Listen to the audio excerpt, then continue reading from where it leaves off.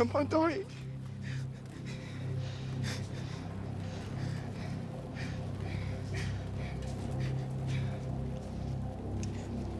Yes.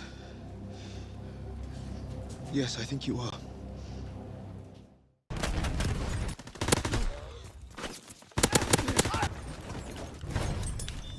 What is going on here?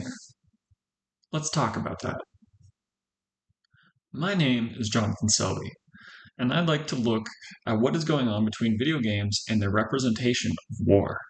What you just saw is death in a popular war film compared to death in popular war-based video games. Let's talk about why war is represented like this in games. What even is the appeal, and how its representation has been handled well, but also certainly how it has been handled poorly. Now, why is any of this here? What led to me being able to talk about this subject, let alone focus on it for a graded final project? Throughout history, we could see war all over the place in art, literature, and with board games, like Risk, for example. Combat is a very human thing that not many will personally experience in their lifetime. And naturally, the curiosity that brings is rich. People put it in art because that gives an outlet to think about these unique scenarios. So, when video games come along as a new art medium, it should be no surprise that war started bleeding into video games just like it did with so many other mediums before it. Especially because video games sprouted to life shortly post World War II and grew in popularity dramatically with arcades and home consoles during the latter half of the Cold War. This quiet concept of war games would turn into a roar of popularity during the 80s with games like Missile Command from 1980, where you defend cities from missiles during the Cold War, Objective Kursk, a game from 1984 simulating the real battle for Kursk between German and Soviet armies in World War II, or the start of a relatively successful series, Wolfenstein, coming out in 1981, where the player gets to blast through Nazis in a science-fictional world where the Allies lost World War II. Either way, it's clear that using the framework of wars was an easy and effective strategy for attracting players who want to be put in scenarios where they could fight for their country and ideals. So, now that we know why war is represented in video games, let's talk about how it has been represented poorly. Quick disclaimer though, I'm not talking about realism, however. No. Accuracy of weapons, battles, and technologies has been prioritized by many a game.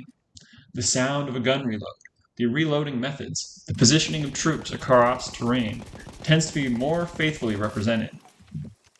This is likely a strategy for attracting players who value historical aspects of combat, and to them, any game that follows the source material this faithfully is worth checking out. When I talk about representation, I mean that instead of the filmic ideals of the humanity and tragedy of war, video games have shown to be rather crass when handling death. Look at the Sniper Elite series, for example. This tactical third-person shooter series puts players in the uniform of a sniper in enemy territory. Using strategies like stealth and sabotage, players fight through countless enemies with their period-accurate rifles, like the Carabiner 98K. The Sniper Elite games are designed for a unique, more slow-paced experience, differing from other, more guns-blazing styles found in other combat games. So far, this sounds great, right? It's realistic, grounded, you need to take your time, scout out the area for the best means of approaching your goal, line up the shot on an enemy combatant, and... Oh, wow, okay. Since Sniper Elite 2, the game rewards the player with an X-ray kill cam slow-motion recap straight out of an esports highlight, with the camera orbiting the bullet, following as it pierces through an anatomically correct organs, veins, and viscera. Now, I'm not saying that this is bad from a gameplay standpoint. Its purpose is to reward the player for lining up a shot after taking everything into consideration, like bullet drop and wind speeds. My point is that the reality-centered aesthetic leaves in favor of gameplay entertainment. The emotions that other media would have assigned to taking a life like this is altogether missing. Reality trading back and forth with entertainment value can be seen in other games too. Looking at Call of Duty World War II, we see the balancing act again. As with Sniper Elite, there is certainly an attention to historical accuracy. Weapons, vehicles, locations, All that good stuff is based on or directly replicating real stuff in World War II. While much faster paced, once again, realism is intermingled with gameplay design choices, made to sacrifice realism for entertaining gameplay. For example, in this clip where the enemies become highlighted with white so they are easier to shoot through the smoke. Or in this other one, where the player soaks up bullets like it's nobody's business, while the enemies stand out in the open to get shot at by the turret. I propose that war-based video games exist upon a graph. Along the x-axis, we have games that are designed to be focused on realism. Basically, how much the game is designed to be extremely grounded in war. If it is, it goes further along this axis. Over on the y-axis, we have how much the game's focus is on entertainment. However, I would like to clarify, games can be all the way on the other side of the graph and still be fantastically entertaining to play. What I mean is that this y-axis purely represents how much the design intends to break realism in favor of an entertaining feature. So, as you can see, most war shooters fall into the center area here, where respect is paid to the source material by striving for realism, but still sacrificing some realism to produce a fun experience for the largest audience possible. Toward the y-axis, we have what I am calling the entertainment over accuracy zone. Games over here have little to nothing to do with real wars, purely fiction. These games have little realism past things like fighting Nazis, or, in totally accurate battle simulators case, encouraging battle tactics but throwing the rest of realism out the window. What I'd like to look at before we wrap up is this section down here, which I'm calling the battle simulator zone. While researching, I found two good examples of what games go into this area of the graph. The first is War of Rights, which takes us back to the American Civil War, surprisingly. This game strives for realism, to the point it even has 0 UI elements on screen. A rather bold choice, leading to greater immersion for players as they follow their chosen positions in the ranks, working as a team as they fire the accurately inaccurate rifles of the time and coordinating the long reloading process. Or look at the game Hell Let Loose, which approaches representing World War II very realistically. There is minimal UI on screen, leaving mostly just a compass hiding on the bottom. Another thing that both Hell Let Loose and War of Rights do well is realistic survivability.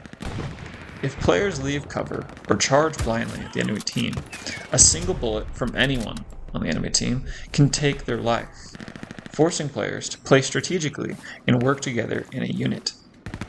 This also adds an interesting dynamic compared to other shooters. There are no sounds or animations, the person shot simply falls silent to the ground.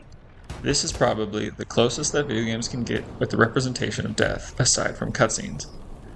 There's no kill streak pop-up or satisfying hit marker sound when bullets connect. The death simply happens, and the fight keeps on going. So now we have looked at all the ways that war is represented in games. But there is a big elephant in the room that I'm yet to address. That elephant being multiplayer. Multiplayer increases any small lack of realism that games seem to have and throw all that realism out the window. When there are 20 plus people with their own agency running around, war games often lose any of their serious tone by the senseless nature of what players might be found doing. For example, I've seen clips of players diving out of planes without a parachute, trying to shoot an enemy before they hit the ground. If I talked about the effects of multiplayer in depth, this video would go on far too long. So that will be left as something to discuss another time. War is a complicated thing, and so is art. There is so much to portray about war, and turning all of that humanity and that chaos into a consumable artwork will always leave something to be wanted. Making a gaming experience about war is difficult. Choosing where to draw the line between realism and mechanics is difficult. However, that does not mean that people can't try to tell stories that pull at heartstrings and draw in audiences to sit down and play. For this, designers just have to respect the subject material and get creative. Thank you all so much for watching. I hope you learned something, or at the very least, I got you thinking. Have a great day, and goodbye.